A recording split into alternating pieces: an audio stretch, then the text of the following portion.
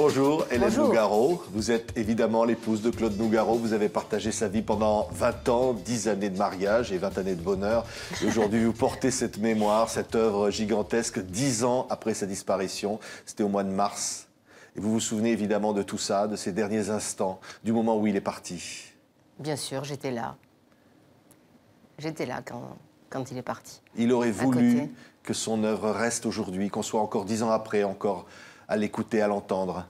Lui qui doutait beaucoup et qui a douté toute sa vie, il était quand même conscient d'avoir laissé une œuvre qui resterait dans l'histoire de la chanson du XXe siècle. Il avait l'envie de bâtir cette œuvre. Pourquoi avait-il ce désir ? Ah, je pense que ça dépasse même l'envie, c'est une nécessité. Claude était un artiste et oui, il avait la nécessité de créer pour vivre. On va le revoir en images, évidemment. Il y a tant de chansons, tant de thèmes. Évidemment, on pense au jazz, on pense au cinéma, on pense au lapin agile, à ses débuts, on pense à ce piano virevoltant, à cette façon de traduire le monde et les pulsations du monde. C'était Claude Nougaro, immortel d'une certaine façon. Dansez sur moi, le soir de vos fiançailles. Dansez dessus. Claude Nougaro, c'est une voix. Avant toute chose, c'est une présence, Hélène Nougaro. Oui, c'est une écriture et une voix. Et le rythme, même quand il parlait, je trouve qu'il y avait un rythme reconnaissable entre tout. Qu'est-ce qui lui a fait cette envie de se lancer petit taureau, disait-il, ou se surnommait-il, dans ce métier? Claude avait des parents artistes, il avait un père chanteur d'opéra, une mère professeur de piano. Et je pense que... Bon, et puis il a eu la révélation du jazz. Puis je crois qu'on est artiste, quoi. Il est né artiste et il a eu ce besoin de créer. Alors d'abord, il a été auteur. Il a écrit pour Marcel Amont, pour Philippe Clé.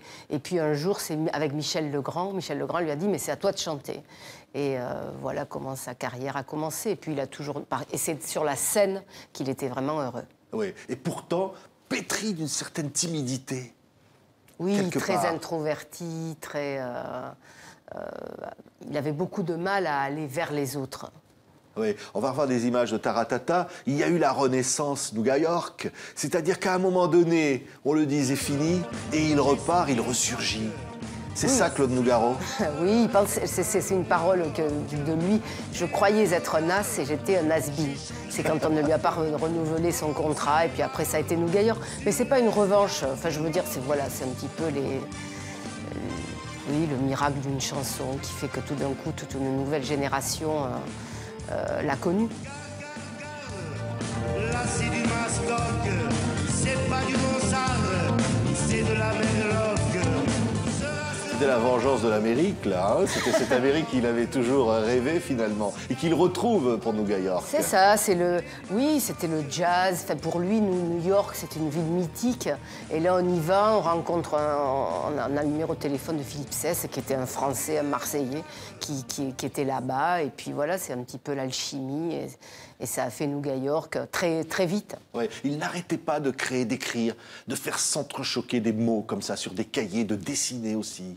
Oui, il avait toujours un carnet, il écrivait. Je crois que sa tête a toujours été à son œuvre, quoi. Oui, c'est vital pour lui. Il n'y avait pas de vacances et pas de travail, quoi. C'était une vie au service de l'œuvre qu'il a laissée. Ouais, un homme dans lequel, finalement, dans son sang, il y avait du Sud, il y avait un peu des taureaux d'Espagne, il y avait quelque chose d'une force virile dans sa voix, dans son être.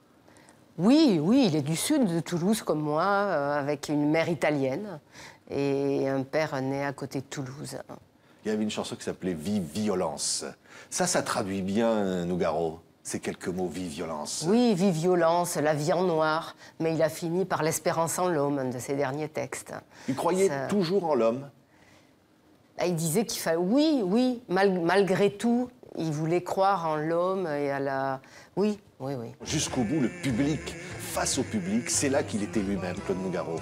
Tout à fait. C'est là, il disait, en scène, c'est là où je vis le présent, sans le poids du passé, de ses blessures. C'est sur la scène qu'il était vraiment heureux.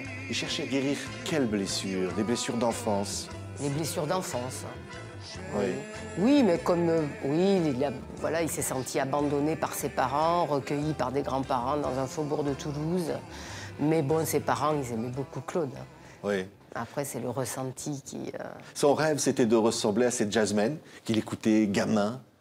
Alors, sur cet objet, là, il y a Philippe Lacroix, qui est un ami, qui a écrit Claude, Voilà. c'était pas un chanteur de jazz, c'était un chanteur du jazz. Et oui, ces gamins, il écoutait la radio chez sa grand-mère, et il a vraiment été oui, il a ressenti cette musique du plus profond de lui, quoi. Oui. Et il a écrit sur des standards. Son dernier souffle, c'était Note bleue, pratiquement. La Note bleue, oui. C'était évidemment le Blue Note, c'est le label mythique du Voilà, jazz. voilà. Et finalement, il réalisait là, ce rêve de gosse. Tout à fait, tout à fait. D'être sur ce label, ça a vraiment été un rêve. Oui. Vraiment. De Un rêve chanter jusqu'à réalisé. son dernier souffle aussi. Oui, oui, oui. Oui, avec beaucoup d'émotion, je me rappelle des séances, on allait chez Yvan Cassard dans son studio personnel et Claude enregistrait, quoi. On l'entend un peu sur le disque que la voix est plus... mais c'est vraiment ce qu'il a tenu jusqu'au bout. Il a été heureux, Claude Nougaro. Ben oui, il a été heureux. Heureux, malheureux, une vie, quoi. Ouais. On va voir des photos de vous avec lui. Et ces photos-là rappellent des souvenirs de mariage, de Légion d'honneur, de moments forts ensemble. Hein? Regardez ces photos, Hélène Nougaro. Oui, 20 ans de vie. Donc ça, c'est à Toulouse, ça, c'est le mariage. Oui. Ça, c'est le dans mariage. un hôtel, place du Capitole. Ouais. On va revoir une autre photo de vous. Là, c'est la Légion d'honneur, là, c'est sa maman. Il y a quand même un air de Et Liette. Voilà. Ça, je crois que c'est dans les Corbières. Hein. Ouais, des moments d'émotion, Hélène Nougaro. Ben oui. Ouais. Ouais. Le temps passe. 10 ans ont passé. Aujourd'hui, sa présence est encore plus forte. Il y a beaucoup d'hommages. Voici voilà, les années incroyables, un coffret magnifique donc, qui est publié. Votre livre, Hélène Nougaro, publié chez Flammarion avec des photos somptueuses et puis votre témoignage. Et ça, c'est le parcours d'un cœur battant. Voilà, le parcours d'un cœur battant donc, qui est publié chez Hors Collection. Laborde, oui, et puis, donc, je disais, voilà, les Nougat York et puis la Note Bleue, tout ça est réédité. Entre ces 3 coffrets, il y a toute l'œuvre. Il y a toute l'œuvre. Il est toujours là aujourd'hui? Oui, je suis sûre que son œuvre restera et qu'il est immortel par l'écriture de ses chansons, par sa voix, et que ça passera le temps. Et il y a 4 enfants et petits-enfants qui sont là aussi. Merci beaucoup, Hélène Nougaro. Merci. Et à TV5 Monde, on vous dit chapeau. On a été tellement heureux de l'avoir rencontré aussi. Mais merci à vous de le montrer dans le monde entier. Merci, Hélène Nougaro, 10 ans après. Merci. Au revoir.